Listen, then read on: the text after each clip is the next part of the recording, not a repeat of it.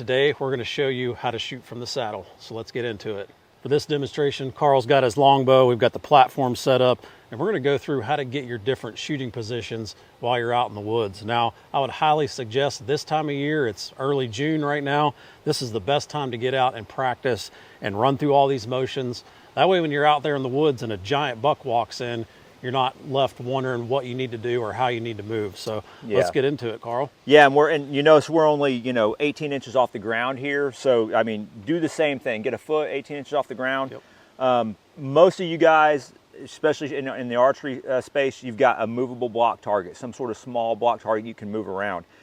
So what you're doing, you can kill two birds with one stone. You're going to kind of master all the shots we're going to show you. You're going to be learning to trust the gear, because this is you're out of your comfort zone if you're a new saddle hunter, because this is new equipment to you. So you're going to master all the shots. You're going to get comfortable with the gear before you ever even go up to hunting height. And so when you do get up there, as Jared said, and that big buck comes walking by, you're golden. You're comfortable because you've practiced. And the more you do this during the off season, the better you're going to be whenever it's time to be real. So yeah, so let's get into a couple setup things first. You'll notice with Carl right here, he's running a really short bridge on his saddle, as well as a really low tether. Right. And when you're running a long bow, like a 60-inch longbow like this, you're going to need a little bit more clearance out of your bridge. So keep that in mind. Your setup may change a little bit depending on the weapon that you're going to shoot. When I'm hunting with a rifle, I like to run a high tether and a long bridge, and I can wrap myself all the way around the tree. But when you've got a longer bow like this with a different string angle, you're going to need a little bit more clearance up here. And that's one thing that you're just going to have to mess with. It's going to depend on your setup, your weapon, and all that. So that's yeah, I mean, it's your body size and type is gonna have a lot to do with it too. But yeah, as a general rule, shooting nothing but longbows and recurves. My tether is generally it's very low. It's between like my belly button and my chest. And as Jared pointed out, I run a really short bridge because what's your most common compounds? They're probably 34 axle to axle is your average standard hunting bow. Yep. So they've got really nice sharp string angles. So there's really no clearance issues at all with modern compounds. But when you get into those long bows and recurves that are 60 plus inches, that's where those string angles can come into effect. Yep. Yeah, so the way Carl's set up right here, so he's a right-handed shooter, I'm a right-handed shooter as well. So we're going to kind of go over the different shot positions and how he needs to position his feet as well as, his body in the saddle to take these different shots. So the way he's set up right now, anything on this side of the tree, so the way we're looking right now with Carl facing the tree, this is your 12 o'clock position, and then straight behind back toward the camera is your 6 o'clock position. So anything on this side of the tree, let's just pretend that I'm a deer, and Carl can kind of walk through what he would do to take the shot. Again, I mean, we're all after the same end result. So I got a deer at 12 o'clock. This is how I personally do it. Generally, I won't leave the front of the platform. I'll shift all of my body weight to my left leg and do a little bit of a hip rotation. So this leg is really doing nothing at this point. I'm going to keep it on the platform just for a little bit of stability. But all my weight is on that left leg. And even with this longbow, I can hit that 12 o'clock out there pretty easy. Now, if I wanted to get a little bit more of a wrap, go beyond 12 o'clock, I would come in here, at least bring a knee to the tree, because it's going to give me a lot, it's creating that third point of contact, so it's going to make me a lot more stable around the tree. So just by bringing that knee to the tree, I can get over here around that 1+ range, that 1 o'clock range, really easy. And I shoot with a fairly vertical longbow, but again, if you're shooting a compound, you're going to be vertical anyway. Mm-hmm. So the 12 o'clock is very easy. And if for me personally, on all the strong side from the 12 o'clock to beyond 6 o'clock, I really don't leave the front of the platform. I just rotate my hips. So if I'm starting over here, just by rotating my hips and letting that bridge slide through that carabiner, I can control wherever I want to be over here. Now, you'll see right here, my bridge is locked out against my prusik.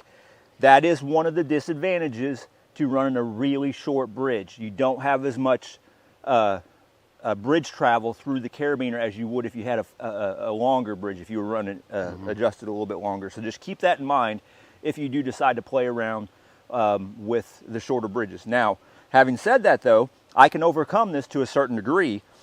Again, I'm just in this leaning position with my feet on the front of the platform. I've locked out against my Prusik here. And so without really messing up my torso, you know, I can't really go any farther.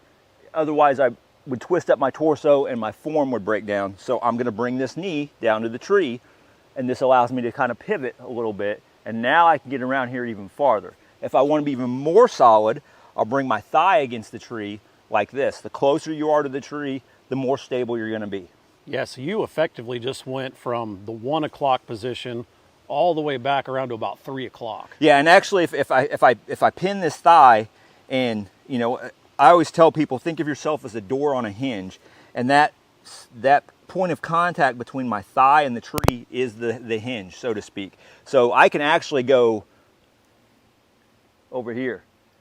So you just covered 360 degrees right there without any extra steps, nothing at all. Right, and it's just all about how I'm placing my body around the tree and maintaining that contact to have just a really good stable shooting platform at pretty much any angle. All right, Carl, so we covered the strong side there. What about this weak side shot over here? So the weak side, you've pretty much got two options. I can go around the back of the tree to hit that over there, or I can bring the bridge over my shoulder. Now, running a lower tether, you need to keep that in mind. That can be a little bit more cumbersome, and I'll show you here just in my personal case because I do run such a low tether. But I'll go around the tree first. So basically what I'm going to do, the deer's over there, say at the 1 or 2 o'clock position.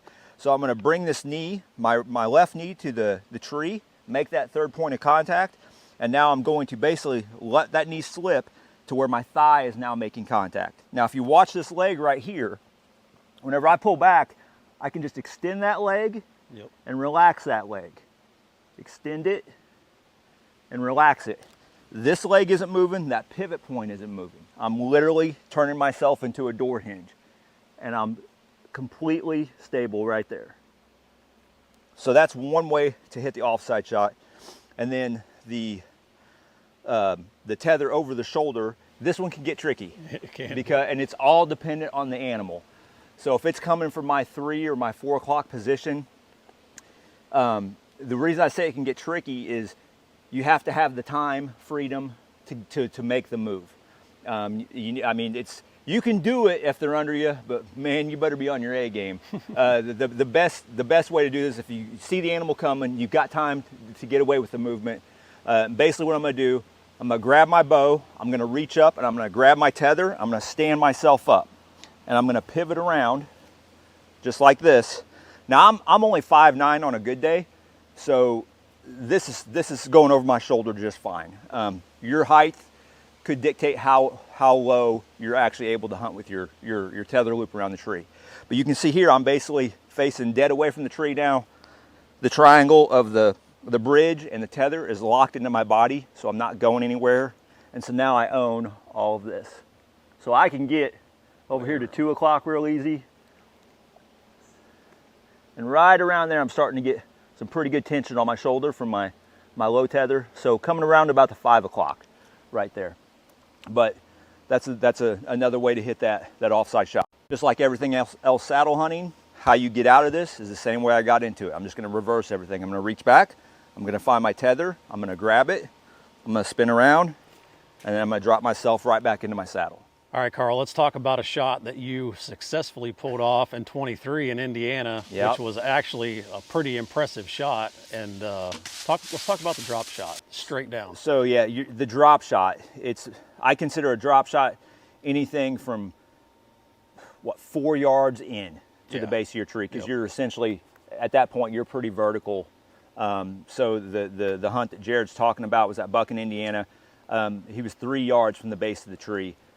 He came in from my weak side, but he passed right here, and so I shot him. It was 1.5 bow lengths. I think I measured it in the video to where I actually shot him. So one of the closest shot I've ever made, by far the most difficult shot I ever had to make, and it was all because of limb clearance. I just had to be very consciously aware of where my bottom limb was on my bow. So your standard drop shot, you know, like if it's right here in this 4, 5, 6 o'clock, again, you want to try to maintain, you know, good torso alignment, that good T formation. This goes with a trad bow or a compound. So you want to bend at the hips, and that's the beauty of a saddle, because this now becomes the foundation for your shot, not your feet. If you were standing on the ground shooting at home, you know, because you're limited by your own balance when you're just standing on your feet alone. But when you're strapped in with a saddle, that foundation moves all the way up here to your waist, so you can have a really, really solid shot in some pretty odd positions.